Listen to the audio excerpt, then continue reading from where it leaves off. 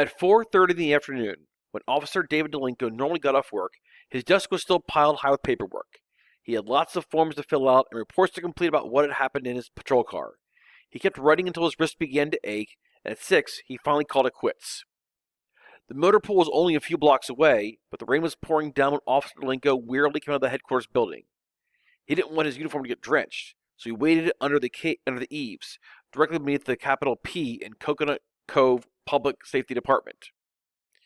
Lots of cities have started referring to their police forces as public safety departments, a phrase intended to promote a softer, friendlier image. Like most officers, David Delinko thought the name change was pointless. A cop was a cop, period. In an emergency, no one ever yelled, "Quick! Call the public safety department!" Call the police, so they always shouted and always would. David Delinko was proud to be a policeman. His father had been a robbery detective in Cleveland, Ohio, and his brother was a homicide detective in Fort Lauderdale, and a detective is what David Delinko fervently wanted to be. Someday. That day, he realized sadly, was probably further in the future than ever, thanks to the vandals of the Pancake House construction site. Officer Delinko was mulling his situation, watching the rain stream down, when a lightning bolt zapped the utility pole at the end of the street. Briskly, he retreated into the lobby of the headquarters building, where the ceiling lights flickered twice and faded out. Shoot! Officer Delinko grumbled to himself.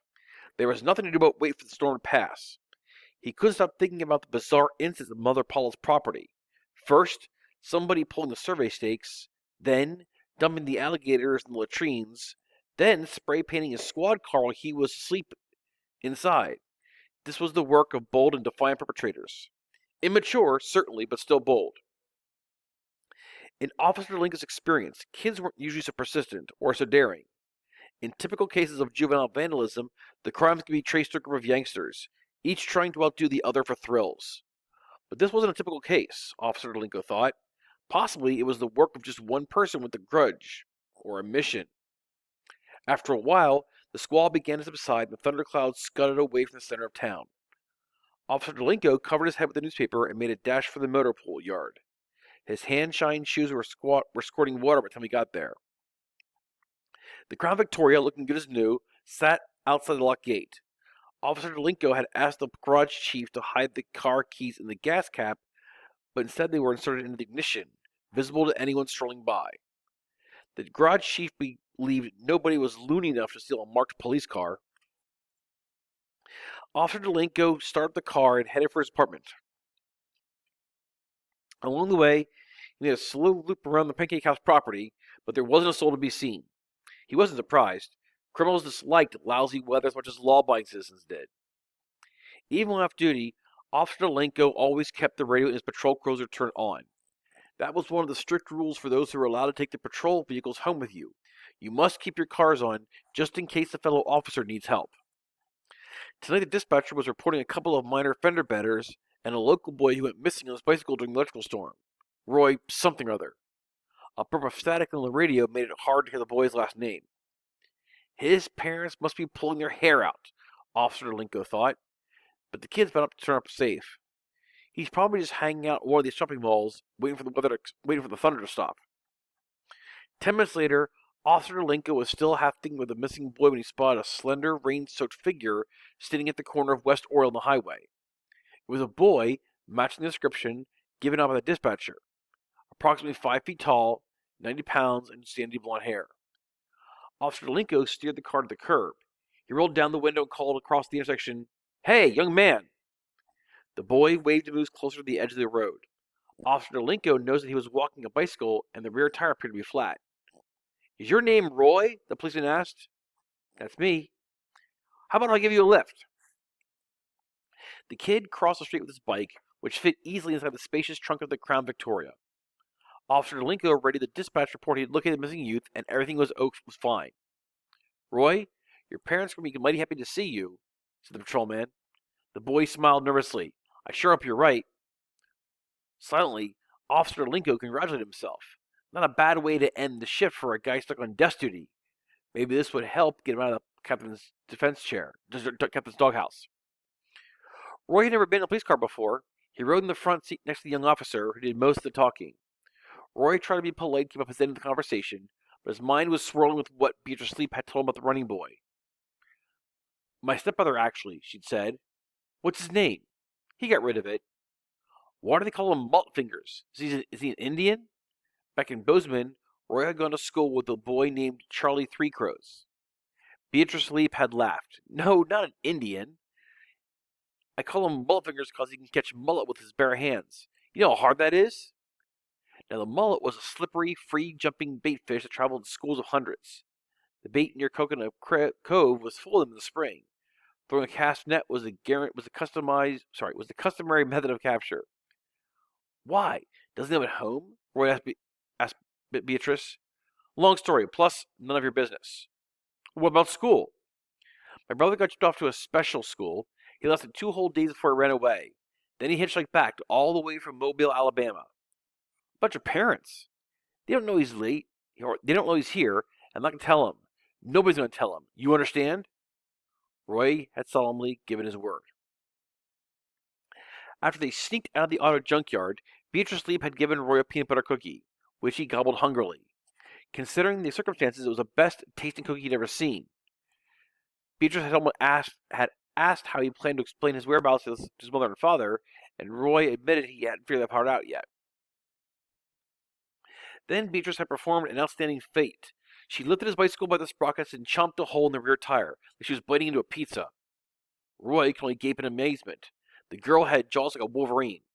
There, now you've got a flat, she said, and a halfway decent excuse for missing dinner. Thanks, I guess. So, what are you waiting for? Get out of here. What a weird family, Roy thought. He was replaying the tire-biting scene in his mind when he heard the policeman say, Can I ask you something, young man? Sure. You go to Trace Middle, right? I was wondering if you've heard any talk at school about stuff that's been happening out where the new pancake house is supposed to go up. No, Roy said, but I saw an article in the newspaper. The officer shifted uneasily. About the alligators, Roy said, and the police car getting spray painted. The officer paused for a brief coughing spell. Then he said, You sure nobody's been talking about it? Sometimes the kids who pull these sorts of pranks like to brag on themselves. Roy said he hadn't heard a word. This is my street, he said, pointing. We're the 6th house on the left. The policeman wheeled into the Eberhardt's driveway and braked to a stop. Roy, can I ask you a favor? Could you call me if you do hear something important? Anything. Even a rumor about the Mother Paul situation? It's very important.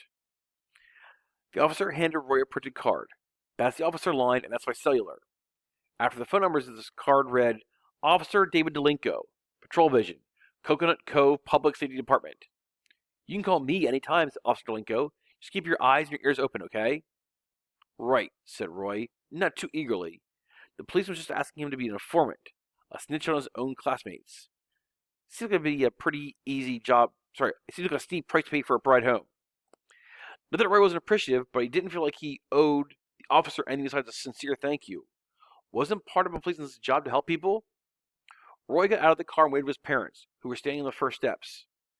Officer Linko removed Roy's bicycle from the trunk and set upright on his kickstand. There you go, he said. Thanks, said Roy.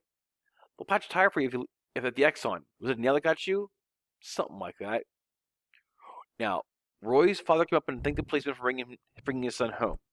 Roy overheard the two men exchanging law enforcement chit-chat, so Roy figured his father told the officers he worked for the Justice Department. When Mr. Eberhardt went to put Roy's bicycle in the garage, Officer Linko lowered his voice and said, Hey, young man. What now, Roy thought. Think your dad would mind writing a letter to the police chief? Or even to my sergeant? No biggie, just a nice note about what happened tonight. Something they could put in my permanent file. Officer Linko said, Little things that help, they really do. They set him up. Roy nodded in a noncommittal way. I'll ask him.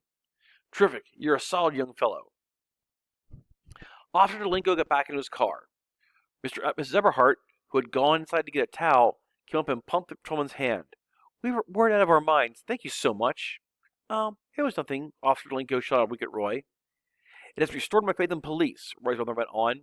Honestly, I didn't know what to think after reading that outrageous picture in the paper. But the policeman who had his windows painted black? It was Roy's impression that Officer Delinko suddenly looked queasy. You all have a good night, he told the Eberhardts, and turned the key to ignition. Do you happen to know that fellow? Roy's mother asked innocently. The one who fell asleep inside his car? What's going to happen to him? Will he be fired? With a screech of rubber, Officer Linko backed out of the driveway and drove off. Maybe there's an emergency, Mrs. Everhart said, driving the way. Sorry, watching the police patrol car's taillights disappear into the lake. Yeah, said Roy, smiling. Maybe so.